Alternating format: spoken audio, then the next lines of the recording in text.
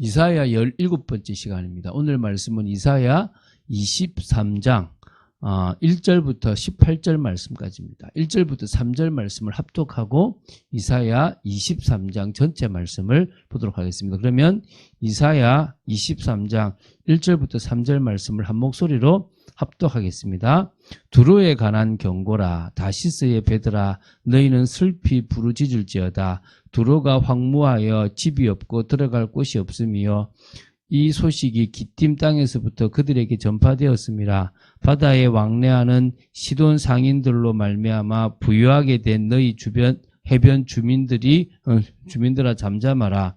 시올의 곡식꽃 나일의 추수를 큰 물로 수송하여 드렸으니 열국의 시장이 되었도다. 아멘. 자, 이제 이사야 13장부터 23장까지를 이어서 봤는데 오늘 그것에 이렇게 마무리라고 할 수 있습니다. 그래서 오늘 23장을 보게 될 것입니다. 오늘 보게 될 23장은요, 그러니까 10대 열방 중에서 10번째인 두로에 대한 심판 예언, 멸망 예언이라고 보시면 됩니다. 두로는 우리에게 페니키아, 베니아라고 이렇게 인식되어 있는데요. 이스라엘 북서부, 지금의 팔레스타인의 이제 북서부에 위치해 있는 지중해 연안에 위치했던 도시 국가들의 그 중심이 되었던 나라입니다. 그래서 페니키아의 대표적인 도시 국가로는 두로와 시돈입니다. 그 중에 지금 두로를 이렇게 보는데요. 두로의 중심지는 바위가 있는 섬 위에 위치해 있었고요. 이곳은 해안으로부터 가까운 곳이었다고 보시면 됩니다. 그러한 위치는 훌륭한 방어력을 제공했고요. 긴 방파제를 가지고 있는 이 도시는 팔레스타인 해안을 따라서 형성된 훌륭한 항구 중 하나라고 이렇게 보시면 됩니다. 그러니까 그래서 이곳이 되게 이렇게 무역이 발달했던 곳으로 보시면 되고요. 역사는 이스라엘이 가나안 땅에 들어올 그때와 비슷하다고 보시면 됩니다. 페니키아인들은 뛰어난 해양 상인들이자 화려한 무역업자들이었다고 보시면 됩니다. 그리고 그들은 바알을 포함한 여러 신들을 섬겼습니다. 그래서 두로는 여러 시대에 걸쳐 이스라엘과 상업적인 면, 종교적인 면에서 상호 영향을 주고받았습니다. 다윗은 두로왕 히람과 언약을 맺은 적이 있었고요. 그래서 히람은 다윗 궁전의 건축을 위해 유명한 레바논의 백향목을 보냈고요. 또 히람은 솔로몬과도 이렇게 계속 조약을 맺어서 성전을 짓는다든지 솔로몬의 왕궁을 짓는 데 필요한 목재와 금을 제공했다라고 보시면 됩니다. 그래서 아합이 결혼했던 이렇게 아내가 이세벨인데 두로 왕 엣바알의 딸 이세벨입니다. 그래서 두로의 그 바알이 북이스라엘에게 큰 영향을 미쳤던 적이 사실 있었습니다. 매우 훌륭하고 값진 상품들을 취급하는 위대한 해양 상인들이었다고 보시면 되고요. 그들은 처음부터 교만했던 모습들이 있습니다. 선지자들은 두로의 멸망에 대해서 여러 예언과 애가를 기록할 정도로 이사야, 예레미야, 에스겔 이런 부분에 여러 부분들이 있다라고 보시면 됩니다. 자, 그러면 이제 이 이사야 23장에서 이 두로에 대한 멸망인데요. 두 단락으로 보시면 됩니다. 좀 구체적으로 보면서 은혜를 나누도록 하겠습니다. 전반부는요. 1절부터 14절입니다. 두로의 멸망에 대한 예언입니다. 이 두로에 대한 경고의 예언을 시작한다라고 이렇게 1절에 나오고 있고요. 두로가 해상 무역을 통해서 크게 치부를 했습니다. 이렇게 많이 모았습니다. 그렇지만 졸지에 멸망할 것이라는 사실을 이렇게 이야기했고요. 근데 그거를 두로 때문에 경제적 이익을 누리던 나라들을 향하여 예언하면서 두로로 인하여 슬퍼할 것을 촉구하는 그런 식으로 이 예언이 이렇게 전개가 되고 있고요.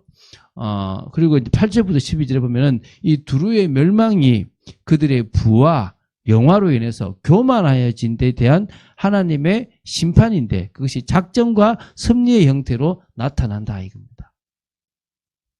쉽게 말하면요. 하나님은 교만한 자를 싫어하시고 멸하십니다. 교만은 패망의 선봉이거든요. 그래서 교만을 하나님 싫어하시게 돼 있거든요. 그걸 막으시는 겁니다. 그래서 이 두루의 멸망이 두루와 관련돼 있는 주변 나라에 영향을 미칠 것인데요. 긍정적인 것도 있고 부정적인 것도 있습니다. 긍정적인 것은 두루의 식민지에 있던 사람들이 해방될 것이라는 부분들이 있겠고, 부정적인 것은 하나님께서 두루를 심판하시는 것처럼 주변의 교만한 나라들을 또 심판하실 것이다. 이런 부분도 사실 있습니다. 끝으로 13, 14절을 보면요.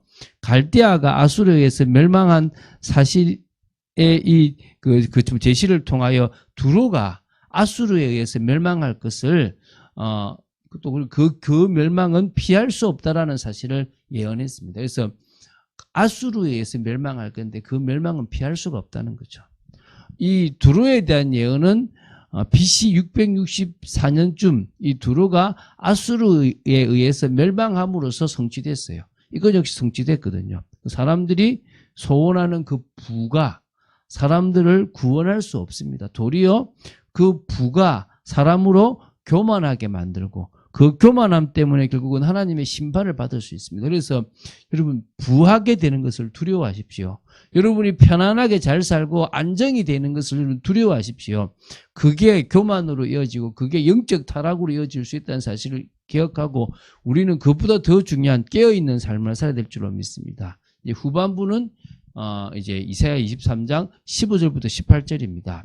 두루가 멸망을 한 이후 한 70년 뒤에는 다시 회복될 것을 이야기합니다. 그리고 그 두루가 선민 이스라엘을 위하여 중요한 역할을 감당하게 될 것이다. 공헌하게 될 것이다. 이런 예언이에요. 그러니까 그런 의미에서 하나님이 또 나라를 회복시켜 주시는 부분이 있다는 거죠. 15, 16절에 보면 두루가 멸망한 이후 70년 뒤에 다시 회복될 것에 대한 예언입니다. 이게 기생의 노래같이 될 것인데요.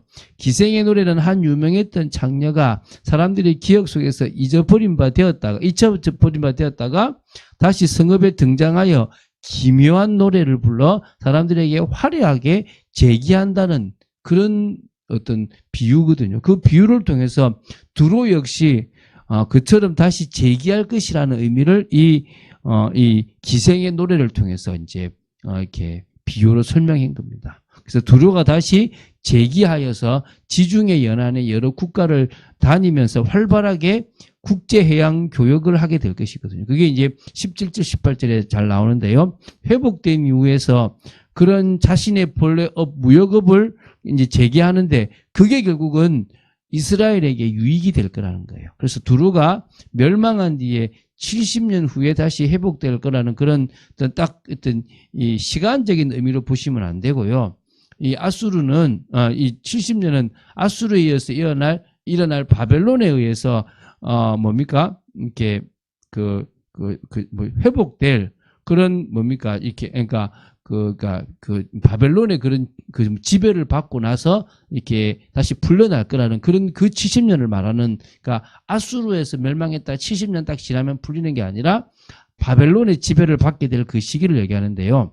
그때 이제 이 두루가 무역업을 다시 회복하여서 이스라엘에 공헌을 할 것이라는 것은 다윗과 솔로몬 때에 두루가 이스라엘을 도운 것처럼 포로 이후로 돌아오는 이스라엘 백성들이 성전을 건축하고 성을 건축하는 일에 이 두루가 역할을 하게 될 거라는 거예요. 그러니까 한마디로 하나님은 이스라엘을 회복하는 일에 주변 나라들까지도 동원하는 부분들이 나오는 거예요. 그래서 어떤 의미에서 여러분들이 힘들 때 여러분을 회복하고 돕는데 다른 불신자들을 사용하실 때도 있다는 것입니다. 그래서 이게 하나님이 우연히 하는 것이 아니라 미리 그 나라들을 부강하게 해서 도울 수 있게끔 딱 만들어 놓는다는 겁니다. 여러분이 승진을 한다든지 여러분이 뭔가 사업을 해나갈 때도 하나님은 그런 부분에 풀어가시는 부분들이 있다는 거예요. 자, 그래서 두루가 회복을 통해서 이스라엘의 공헌을 하게 될 것이라는 이 사실은 이 세상의 모든 일은 하나님의 섭리로 말미암아 결국 하나님의 백성들을 중심으로 진행된다는 아주 중요한 사실을 깨닫게 합니다. 그러니까 지구가 돌아가고 지금도 거부들이 막 돈을 가지고 전 세계를 움직이고 뭔가의 기술을 개발하고 이게 결국은 하나님의 백성들이 하나님의 일을 하는데 부족함이 없도록 만드는 거라는 겁니다. 그래서 그걸 가지고 나는 왜 저런 거 못 누리지가 아니라 복음을 위해서 하나님 나라를 위해서 그 모든 것들을 사용하겠다고 생각한다면 하나님이 예비된 것들을 여러분들의 것으로 누릴 수 있다는 거예요. 그래서 핵심은 이거예요. 빛의 자녀는 빛을 발해서 빛의 영향력이 가는 거예요. 그 빛의 영향력이 가기 위해서는 우리가 빛으로 충만해야 되잖아요.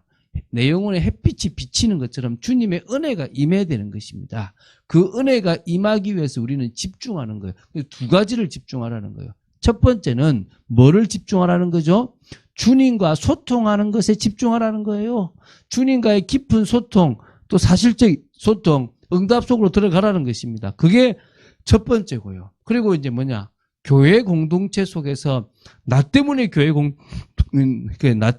공동체가 살아나고 교회 공동체 때문에 내가 회복되는 그 유기적인 관계를 정말 통해서 교회가 든든히 서라는 것입니다. 여러분들이 지금 교회에 내가 뭘 하겠냐 이 생각하지 마시고 혹시 목회자가 뭐를 하라고 얘기할 때 아멘, 제가 부족하지만 그 일에 순종하겠습니다. 제가 쓰임받겠습니다라고 한다면 하나님이 더 큰 응답과 은혜를 허락하실 거라고 믿습니다.